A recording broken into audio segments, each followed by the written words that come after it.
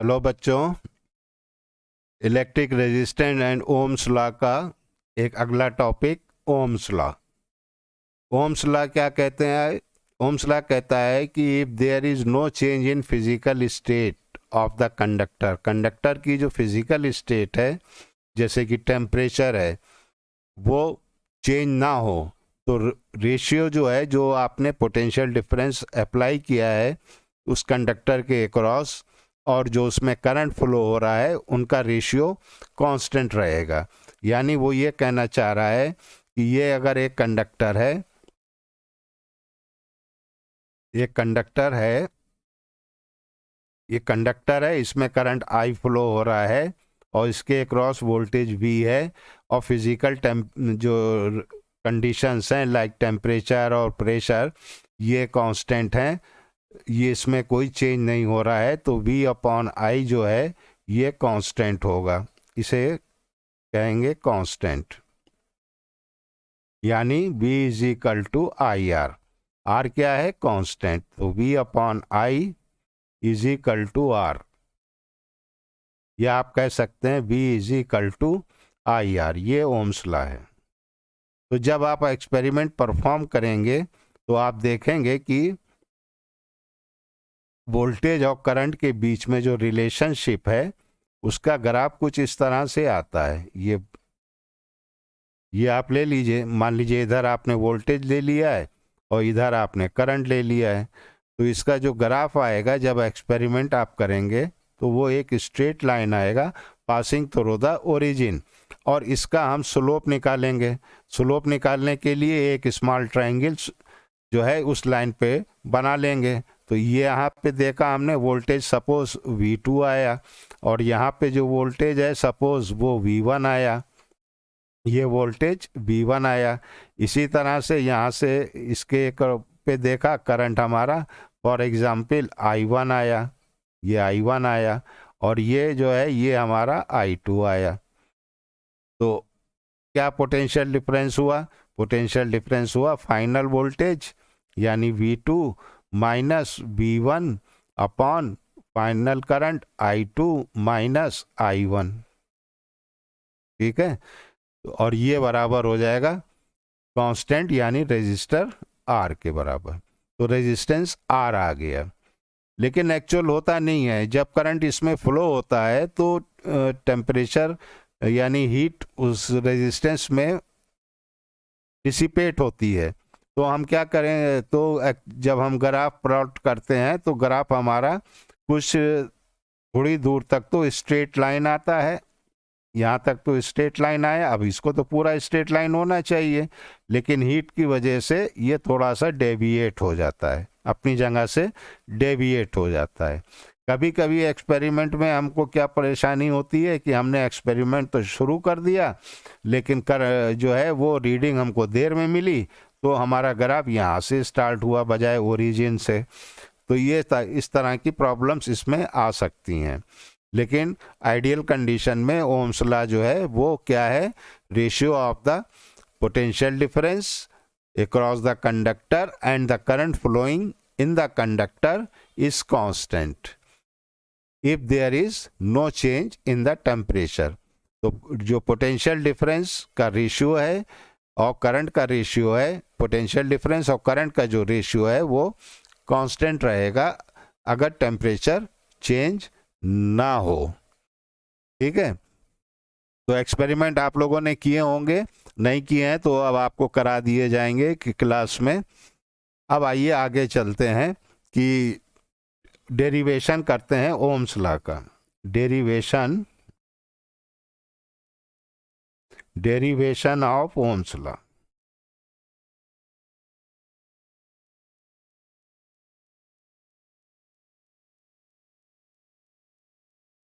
Derivation of Ohm's law. तो मान लीजिए कि हमने जो है लेट एल जो है वो लेंथ है कंडक्टर की, एल जो है वो लेंथ है कंडक्टर की और ए जो है वो क्रॉस सेक्शनल एरिया है, लेंथ ऑफ वायर है, इलेक्ट्रिकल वायर है। ए जो है वो क्रॉस सेक्शनल एरिया है, ए जो है वो क्रॉस सेक्शनल एरिया है, ये जो है वो क्रॉस सेक्शनल एरिया है। तो हम लोग ने पढ़ा था कि एक्सीलरेशन जो है वो क्या होता है, फोर्स अपॉन मास। और फोर्स क्या चीज़ है, E capital E upon M. और ई का भी रिलेशनशिप हम लोग पढ़ चुके हैं, ई वी, ई की जगह वी अपॉन एम एल। मान लीजिए ये इक्वेशन नंबर 1 आ गई। ठीक है। ड्रिफ्ट वेलोसिटी भी हम लोग पढ़ चुके हैं कि ड्रिफ्ट वेलोसिटी किसके बराबर होती है, एक्सीलरेशन और रिलैक्सेशन टाइम का प्रोडक्ट होता है। ठीक। और वीडी किसके बराबर होती है, वीडी बराबर होती है आई अपॉन ए एन ई। ये इक्वेशन नंबर 2 मान लेते हैं और ये इक्वेशन नंबर 3। ठीक। तो अब इक्वेशन 2 और 3 को हम इक्वेट कर दें, तो a tau is equal to I upon A N E. ठीक है ना। और इक्वेशन 1 से एक्सीलरेशन की वैल्यू पुट कर दें, तो इस ए में एक्सीलरेशन की वैल्यू पुट कर दीजिए। तो एक्सीलरेशन की वैल्यू क्या है, E V upon M L, और ये है tau is equal to I upon A N E. ठीक है ना, इज इट क्लियर। अब यहां से हम v की वैल्यू निकाल लें, तो v इज इक्वल टू क्या आ गया बच्चों, ये आ गया m upon N E square tau, इसको हम ऐसे लिख दें l upon A into I. तो अब अगर फिजिकल कंडीशन जैसे टेम्परेचर है और प्रेशर है, ये जो है इसमें कोई चेंज नहीं हो रहा है, ये कांस्टेंट है, तो इफ टेम्परेचर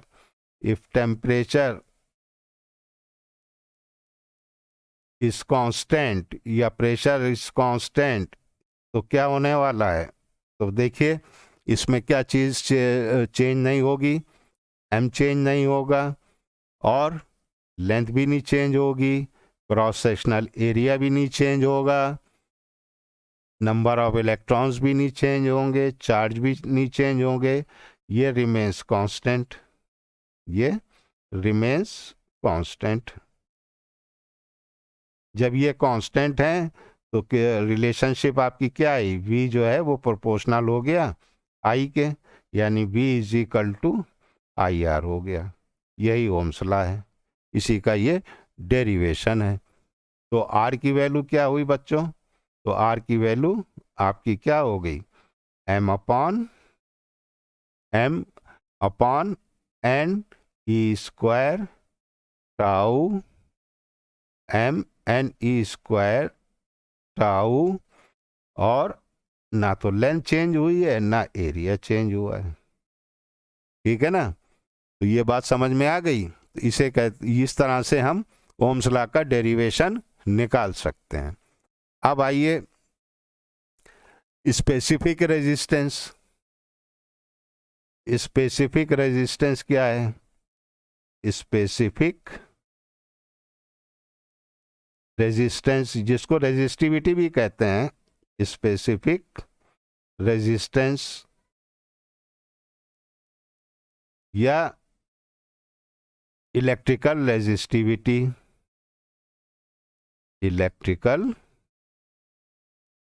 रेजिस्टिविटी, इसके ऊपर भी थोड़ी सी बात हो जाए, ये भी बहुत छोटा सा डेरिवेशन है और बहुत इंटरेस्टिंग है।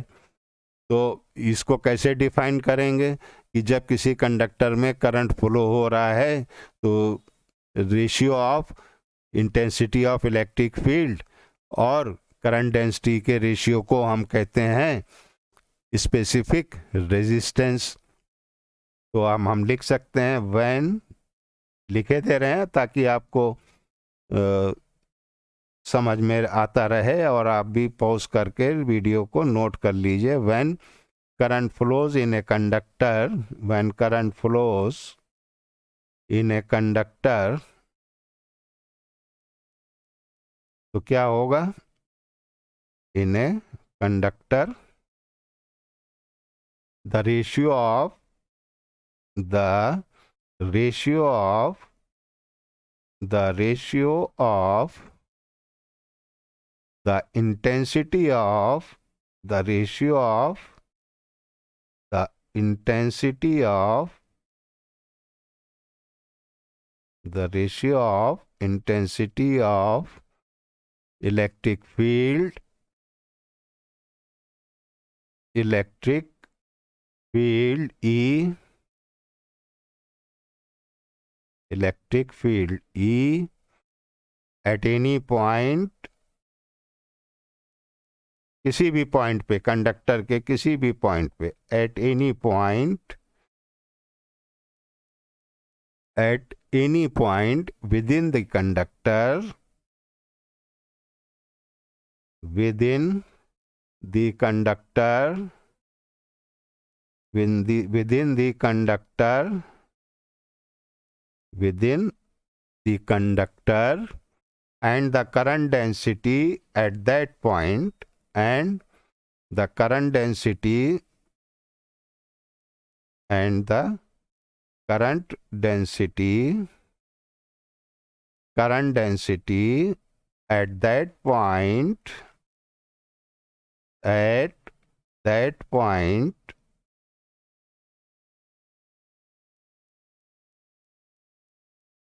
is known as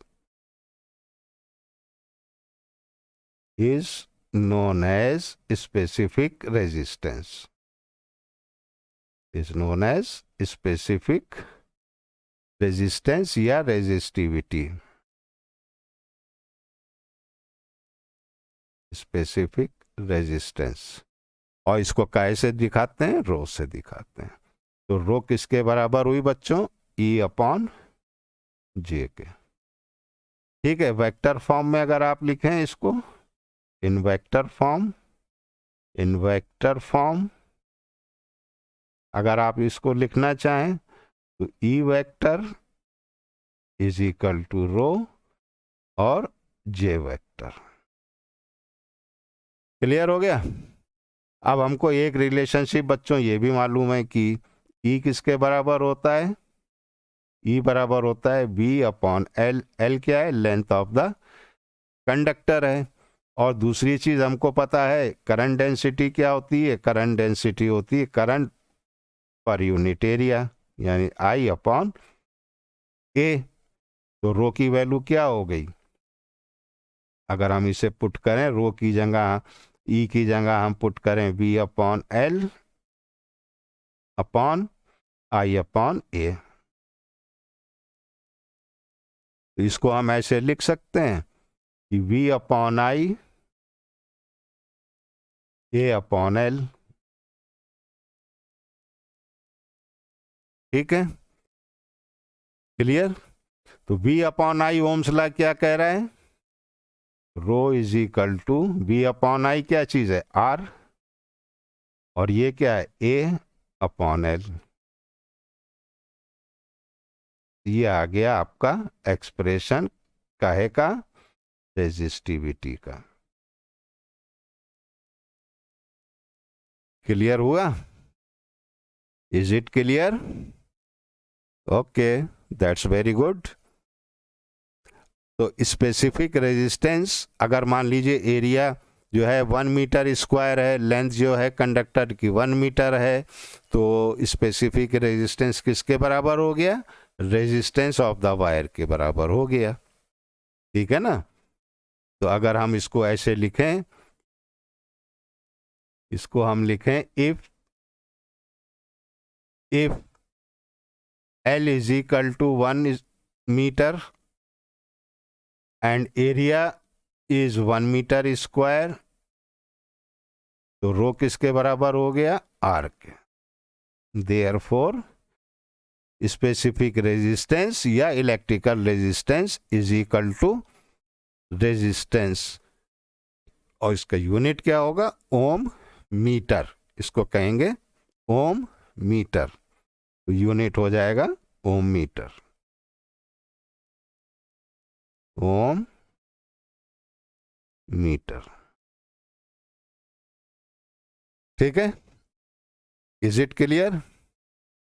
तो उम्मीद है कि आपको ये वीडियो पसंद आया होगा, और कोई भी पॉइंट जो आपके माइंड में है और क्लियर नहीं है तो हमको बताइए कमेंट बॉक्स में, हम आपकी प्रॉब्लम्स को सॉल्व करेंगे। वीडियो अगर पसंद आया है तो इसको लाइक और शेयर करना ना भूलें। अगर आप चैनल पे नए हैं तो सब्सक्राइब कीजिए, बेल आइकन बटन प्रेस कीजिए ताकि आपको अगले वीडियो का नोटिफिकेशन मिलता रहे। Thank you so much for watching this video.